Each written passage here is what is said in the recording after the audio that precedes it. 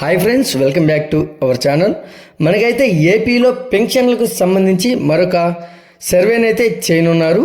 అయితే దీని గురించి ఈ వీడియోలో మనం ఒక ఫుల్ క్లారిటీగా అయితే తెలుసుకుందాం. వీడియో చూసే ముందు మన ఛానల్కి అయితే లైక్ చేసి సబ్స్క్రైబ్ చేసుకోండి.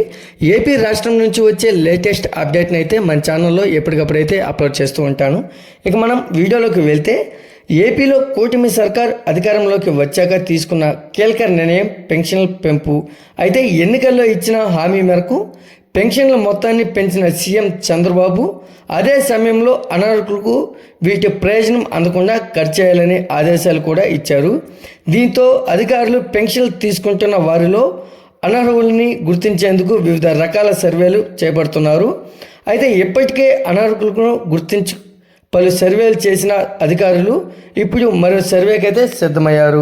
అయితే ఇప్పటి వరకు ఏపీలో ఉంటూ పెన్షన్ తీసుకునేందుకు అనర్హులుగా ఉన్న వారిపై సర్వేలు చేసిన అధికారులు వారిని జాబితాలో నుంచి తొలగిస్తున్నారు.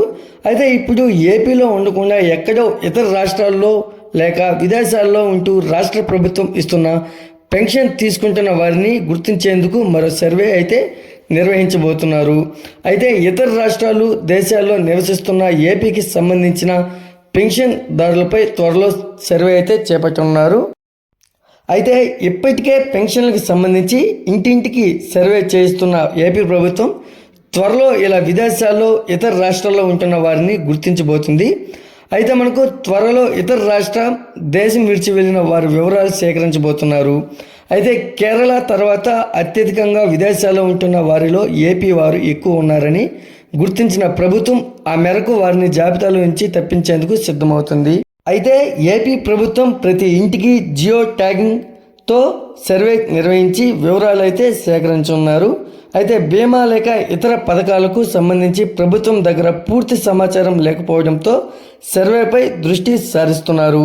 ఈ వీడియో కనుక నచ్చినట్లయితే లైక్ చేసి సబ్స్క్రైబ్ చేయండి. మరొక లేటెస్ట్ అప్డేట్తో మీ ముందుకు తీసుకొస్తాను. Thanks for watching.